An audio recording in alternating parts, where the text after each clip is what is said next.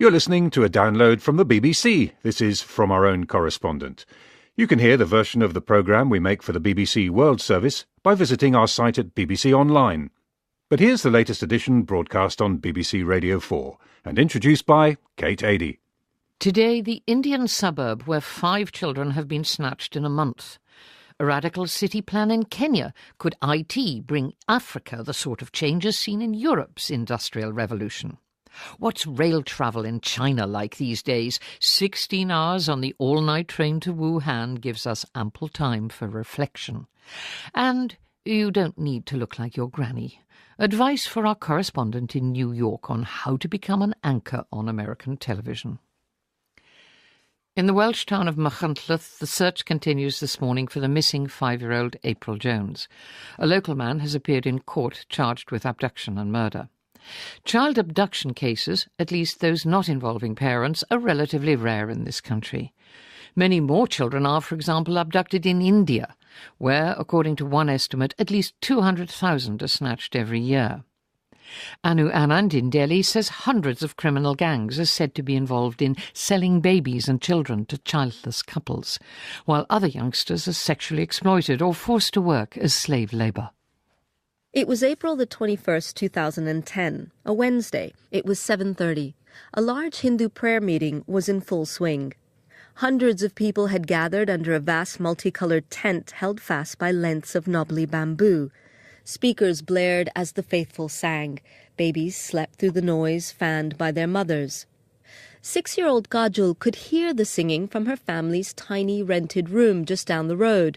Her father was at his push barrow in the local market, selling clothes. Her brothers and sisters were playing in the roofless courtyard, shared with 4 other families in this ramshackle settlement in northwest Delhi, on the city's outermost periphery. Kajol told her mother she wanted to go to the prayer meeting. "I'll lock up and come with you," said her mother, Hema. Minutes later, as Hema emerged onto their unpaved lane choked with debris, Kajol was gone. Hema continued to the prayer meeting but didn't find her. She and her husband combed their neighborhood, part village, part urban slum, all night and all the next day. They questioned school children picking their way through ditches full of submerged plastic bags. They dodged tractors and bullock carts on the main road. They stopped at shops selling rough lengths of timber and sacks of salty, fried lentils to ask if anyone had seen their daughter. They went to the police, who promised to search, but did nothing. "We've been looking ever since," says Rajkumar, Kajol's father. He gingerly removes a sheaf of papers from a faded denim satchel and unfolds a large poster bearing the photos of 5 children, all taken here in the same month. They include Kajol. She has his intelligent eyes and Hema's dainty lips. Rajkumar speaks of his ordeal sitting on a plastic chair in the midday sun. His long, expressive hands rise and fall. He has loose teeth, salt and pepper hair, and the lean body of a man who earns just enough to eat. "No one believes the poor," he says. "The police taunt us. You probably sold them. You probably didn't feed them. They probably just ran away." Desperate, he and the other parents pooled their meager savings. They printed the missing posters, distributing them in all directions. They petitioned local leaders. They held protests, news conferences. A reward of 51,000 rupees was offered for information, a sum it takes Rajkumar 2 years to earn. Save the Childhood, a leading Indian child rights organization, has compiled the only national statistics on abductions. It estimates that at least 200,000 children go missing in India every year. Most never return. Just minutes away, in another impoverished neighborhood, activists helped stop an adoption racket in which babies were being sold to childless couples for £3,000. Girls are also snatched for prostitution. Some rescued by NGOs were found to have been given hormone injections to speed up their physical development. Boys are sold to farms, factories, shops and homes as slave labor. Rajkumar takes us to another family nearby. Iqbal Ali's only son, Irfan, was abducted by 2 men on a motorcycle as he walked home alone in the dark. Consumed by grief, Iqbal and his wife Shabnam shut down their bakery, devoting every waking moment to the search. One evening this August, as they sat watching television, there was a commotion outside. Shabnam climbed the narrow stairs of their cramped first-floor flat to have a look. A moment later, jostled forward by the crowd, she suddenly came face to face with her missing son after a tortured 3 years. Shabnam says she burst into tears, paralyzed with happiness and shock. The boy had been taken to a farm where he was forced to work. Eventually, Irfan managed to break a window and escape. And after a news story about him aired on national TV, Irfan was helped home. The police have taken no action. Even though his own daughter is still missing, Rajkumar is clearly delighted at his friend's good fortune. He gleefully points to the family's reopened bakery, where the shelves holding cakes decorated with plump white icing are now papered with those missing posters. It's easy to see how Rajkumar and thousands of other Indian parents must vacillate wildly between hope and despair when their children are taken. But there's one other overriding emotion: anger. Anger at the utter apathy of society at large. Anger at the authorities, especially the police. They're very efficient at turning up and making money off us, says Rajkumar. They just can't be bothered to look for our children. And that's Anu Anand in Delhi. There's a technological revolution going on in Kenya, and it's been driven by the humble mobile phone.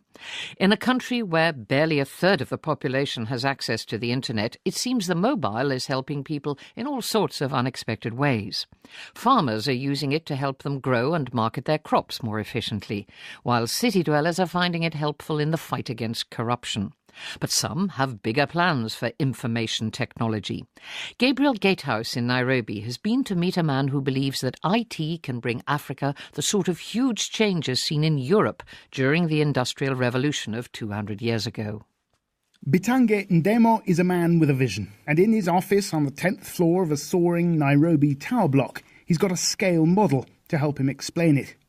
The permanent secretary at the Ministry of Information and Communication is building a high-tech city. It's going to cost him £6 billion, but he says it'll create 200,000 jobs. He sweeps his hand over the Perspex display case containing gleaming matchbox buildings and miniature manicured lawns. Konza Technology City is being built 40 miles outside Nairobi, and, says Dr. Ndemo, it's going to change Kenya. It might even change Africa. Kenya, without a doubt, is at the heart of Africa, he says, and we must create an environment which makes that heart beat. I peered out of the window onto the streets below. The traffic, as always, was at a standstill, gridlocked on Nairobi's crumbling roads. I wondered how anyone was ever going to get out to this tech city, and once out, whether they'd ever want to come back. Earlier that week, I'd visited a small farm growing chili peppers in the Ngong Hills not far outside the city. There I'd met a 25-year-old tech entrepreneur by the name of Susan Oguya. She was busy explaining to Charles, the chili grower, how he could use his mobile phone to become a better farmer. Ms. Oguya has created an app called M-Farm. It allows Charles to find out the wholesale price of chilies at the touch of a button. He can also use it to link up with other farmers to sell their chilies in bulk. It's more of a text message service, really. Most rural Kenyans don't have smartphones, but it does work. Farming paid for my school fees, Susan told me. She created the M-Farm app to help people like her parents turn their subsistence farms into agribusiness. Across Kenya, from the countryside to the cities, people are coming up with ways to use mobile phones to improve their lives. I met a man who's created an app that allows people to pay their parking fees and fines by mobile phone. This is not merely a convenience. Nairobi's parking attendants wear yellow jackets with the words "corruption is evil" emblazoned on the back. I'm not sure it's having the desired effect. Much of the money they collect doesn't reach the city's coffers. Gideon Omodo, the creator of the traffic app, hopes his innovation will generate enough revenue to start improving those atrocious roads. Back to the ministry and Bitange Ndemo. We're just beginning, he says, with a glint of zeal in his eye. He wants to put the whole of Kenya's notoriously corrupt government online. He wants to automate the procurement process. He wants to create a cashless society. Only that way, he believes, can he prevent vast sums of money disappearing into the pockets of corrupt officials. It's not beyond the bounds of possibility. Kenya already has a hugely successful cashless payment system called M-Pesa. It allows people to transfer money by mobile phone. In a largely rural country with poor infrastructure, that can be a lifeline. M-Pesa was set up 5 years ago. Today it provides a mobile banking service for an estimated 70% of the population. That's roughly the same proportion that earns its living off the land. Dr. Ndemo believes technological innovation can save the government billions, but he wants to go further than just eliminating corruption. Ndemo also believes that Kenyans' obsession with owning their own little plot to farm has led to an endless subdivision of the land, creating ever-increasing numbers of smaller and smaller farms. That, he says, is unsustainable. You need a complete shift in the attitudes of Africans, says Ndemo. We must begin rural urbanization, land consolidation. Ndemo wants to see large numbers of rural people move off the land and into cities, and the rest to group together into larger, more profitable collective farms. And again, technology will be the driver. Those who leave the land will take up jobs created by the IT sector. Those who stay will be persuaded and helped to create large-scale agribusinesses with the aid of apps like Susan Oguya's M-Farm. Ndemo's vision is radical. It evokes the vast upheavals of the Industrial Revolution in Europe, the shift from a rural to a manufacturing economy, the creation of a middle class. Ndemo says he's mindful of the deprivations created during that era, as well as the material gains. But he insists that Africa needs a new paradigm. 50 years after many countries gained their political independence, the time has come for a shift towards financial independence too. It's a nonsense, he says, that we go out begging for aid money. Gabriel Gatehouse in Kenya. There was a state funeral this week for the former president of Algeria, a commander in the army which ousted France in the independence war of the 50s. Chadli Benjedid became president in 1978 and presided over political reforms which gave the country a multi-party system with competitive elections. He was eventually ousted in the military coup which led to a decade of vicious civil war. The state funeral was an event which Chloe Arnold, our correspondent there for many years, followed only from afar. She's now moved on, but has been looking back at her time spent in a country full of contradictions, and one, she tells us, desperate to leave the past behind. Some weeks ago, a Polish priest came for dinner. Father Chris is a Père Blanc, a white father, one of a tiny handful of Catholic missionaries living deep in the Sahara Desert. He comes to the capital, Algiers, every once in a while to meet friends and to talk.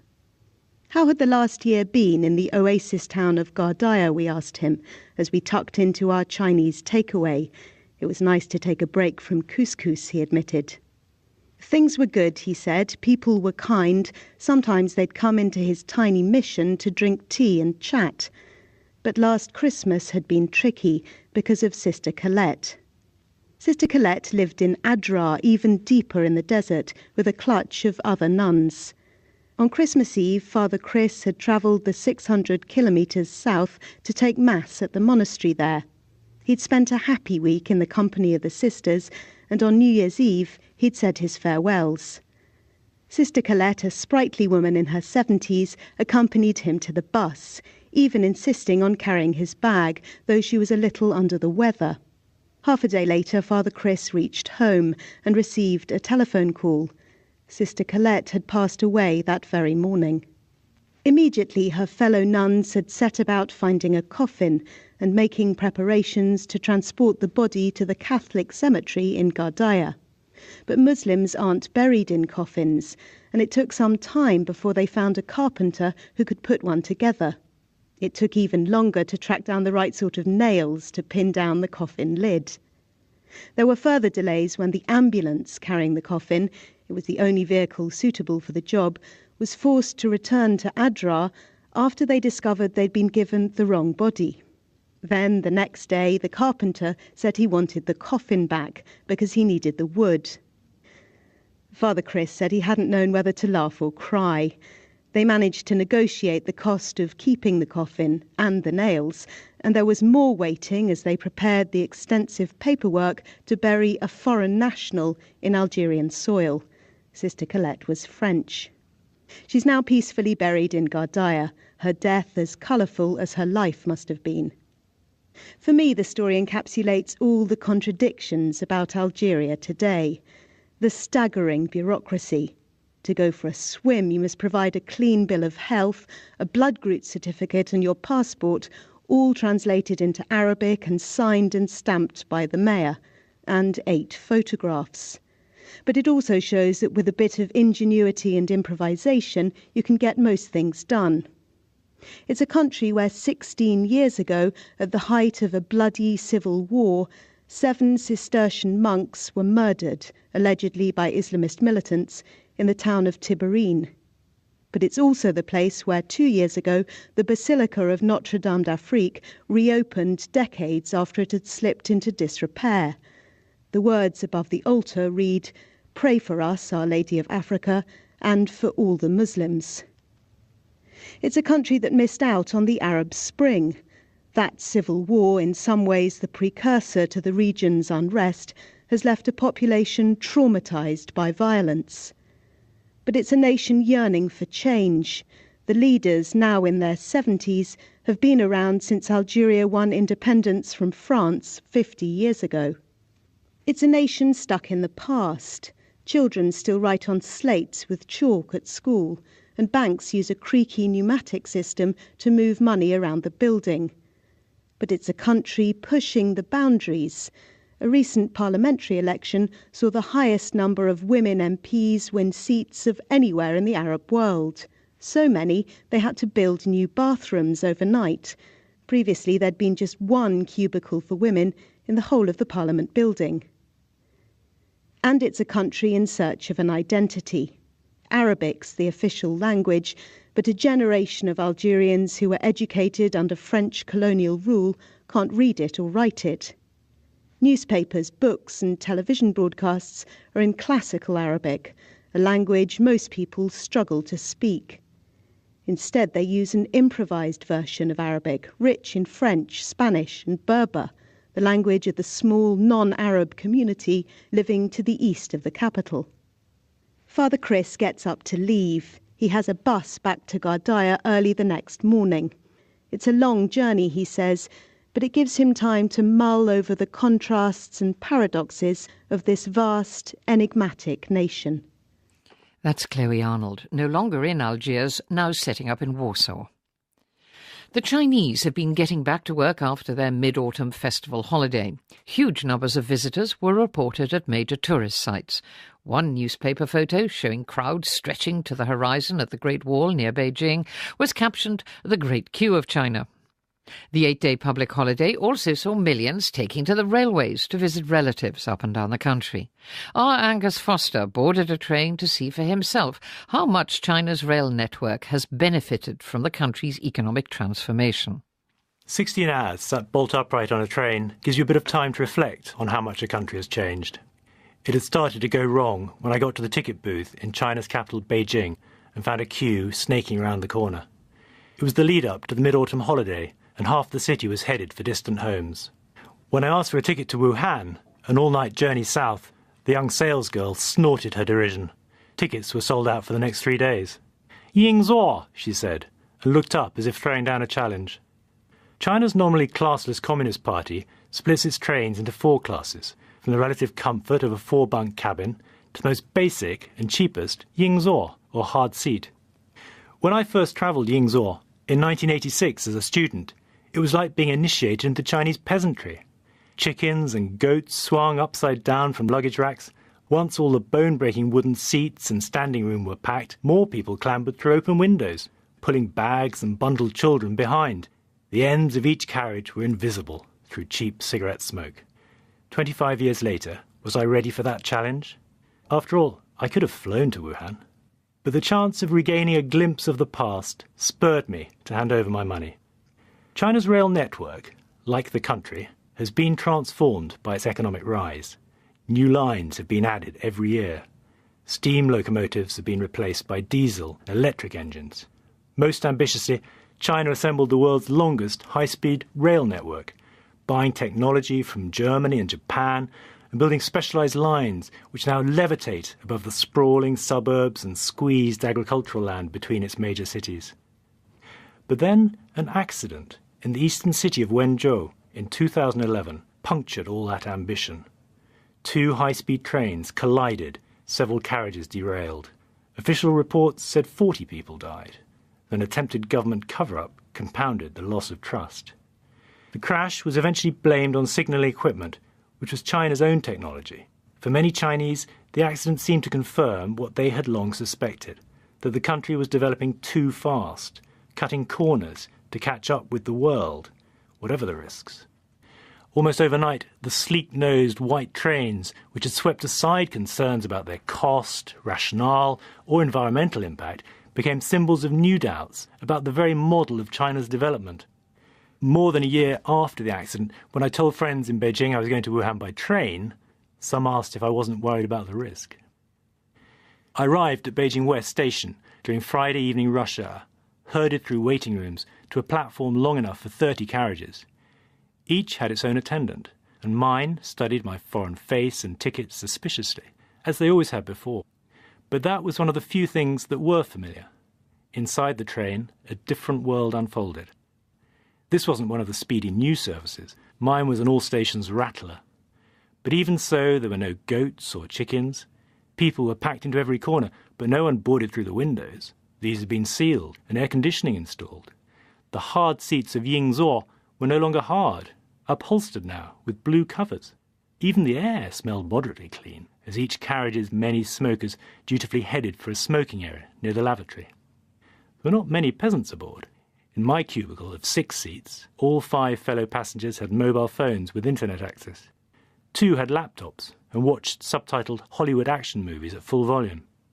They were young and middle-aged workers, people who lived in Beijing but didn't have the much-prized residency permit that would allow them to settle with their families. They included a cook, a shoe saleswoman, a student, a bottle factory driver. They grumbled about Beijing's rents and food prices, but they also knew they were doing all right, at least compared to people in their hometowns. Of course, it was a snapshot, as unreliable as it is unrepresentative. Half of China's population still lives in the countryside, and the gap between them and the cities gets wider every year. But as we finally trundled into Wuhan, overtaken by yet another sleek-nosed high-speed train, I asked a fellow traveller about China's upcoming leadership changes. He didn't want to talk about politics. That hadn't changed either.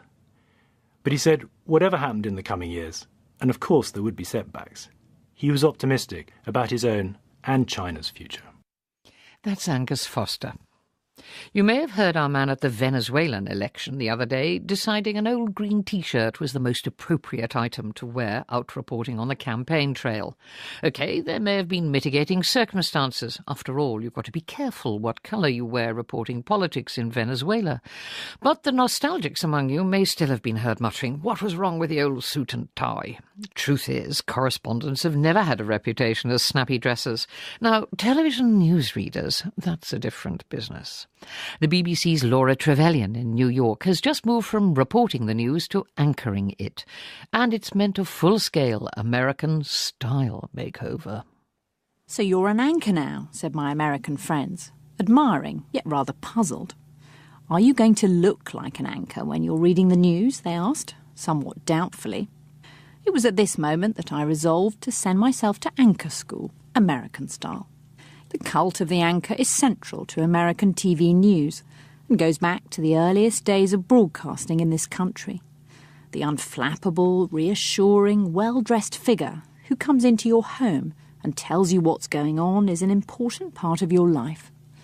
Americans discuss their favourite anchors incessantly, and the TV networks nurture and constantly promote their stars. The BBC has a news broadcast on American TV each day. So I reasoned, if I was going to be in American homes at tea time, then I'd better look the part, while not losing the BBC sensibility, of course. My transformation began at home. Amy, the efficient blonde stylist, came round and tried to open the door of my crowded wardrobe. It was not an auspicious beginning. "How exactly do you organise your clothes?" Amy inquired. The winter coats are on that side," I offered, weakly. "I get it," observed Amy. "This closet is so full that you just grab the nearest thing and put it on." I was indeed guilty as charged. Amy and her assistant spent a day in the inner recesses of my wardrobe. At one point I thought they'd fallen through and ended up in Narnia, but they were merely throwing out ancient mothballs. At the end of it, Amy assembled a long rack of clothes that I hadn't seen in years. "Unless you're sentimentally attached to these," said Amy firmly, "I think you should send them to the nearest charity shop." I looked sadly at my trouser suits with padded shoulders, circa mid-90s, when I was reporting from Northern Ireland and Westminster. Feeling nostalgic, I gestured hopefully in the direction of a red jacket with wide lapels, which had been a particular favourite. Amy shook her head firmly. "You don't need to look like your grandmother," she said gently. I was suitably crushed. Next, Amy came round with armfuls of clothes for me to try on. Having tactfully asked if I would prefer to wear designer labels or if I minded clothes from bargain basement outlet malls, she turned up with piles of the latter. The general theme was brightly coloured dresses and fitted shirts and skirts. Not a trouser suit in sight. "There," said Amy happily at the end. "You don't look too fashion-forward, but you are at least of this era." Now that I had a wardrobe, it was time to get my hair cut and learn to apply makeup. Fatima, the young, fashionable Ukrainian hairdresser, looked askance at my so-called hairstyle. "It's neither long nor short," she declared. "It's not doing anything for you. You're too young to have an old lady hairstyle." As Fatima went to work with her multiple pairs of scissors, I reflected upon the irony of my appearance. Having spent my career trying to be authoritative and striving for maturity, I had, it seemed, succeeded in missing out on middle age altogether and become prematurely old. Fatima hacked away and kept up a running commentary about the importance of the hair framing the face on TV. By the end, the floor was strewn with discarded hair, and I had an elegant bob. Before going to see Bilgi, the Turkish makeup artist, I steeled myself for the inevitable. She was going to look at my elderly collection of makeup and find it wanting in some way. But no, "Your colours are good," Bilgi declared, after poking through my boxes and trays and making me throw out anything over 2 years old. At least I'd been doing something right all these years, if not very hygienically. After all this palaver, I was ready for my first show. I picked out a navy shirt and a maroon skirt and earrings from Amy's selection. I applied my makeup artfully and sprayed my new hair firmly into place.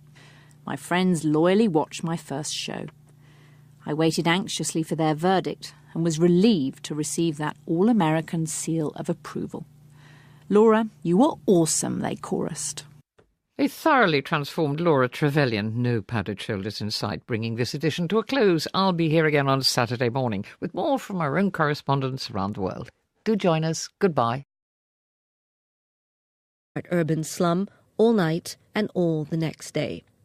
They questioned school children picking their way through ditches full of submerged plastic bags. They dodged tractors and bullock carts on the main road. They stopped at shops selling rough lengths of timber and sacks of salty, fried lentils to ask if anyone had seen their daughter. They went to the police, who promised to search, but did nothing. "We've been looking ever since," says Rajkumar, Kajol's father. He gingerly removes a sheaf of papers from a faded denim satchel and unfolds a large poster bearing the photos. You're listening to a download from the BBC. This is From Our Own Correspondent. You can hear the version of the programme we make for the BBC World Service by visiting our site at BBC Online. But here's the latest edition broadcast on BBC Radio 4 and introduced by Kate Adie. Today, the Indian suburb where 5 children have been snatched in a month. A radical city plan in Kenya. Could IT bring Africa the sort of changes seen in Europe's industrial revolution? What's rail travel in China like these days? 16 hours on the all-night train to Wuhan gives us ample time for reflection. Criminal gangs are said to be involved in selling babies and children to childless couples, while other youngsters are sexually exploited or forced to work as slave labour. It was April the 21st, 2010, a Wednesday. It was 7:30. A large Hindu prayer meeting was in full swing. Hundreds of people had gathered under a vast multicolored tent held fast by lengths of knobbly bamboo. Speakers blared as the faithful sang. Babies slept through the noise fanned by their mothers. 6-year-old Kajol could hear the singing from her family's tiny rented room just down the road.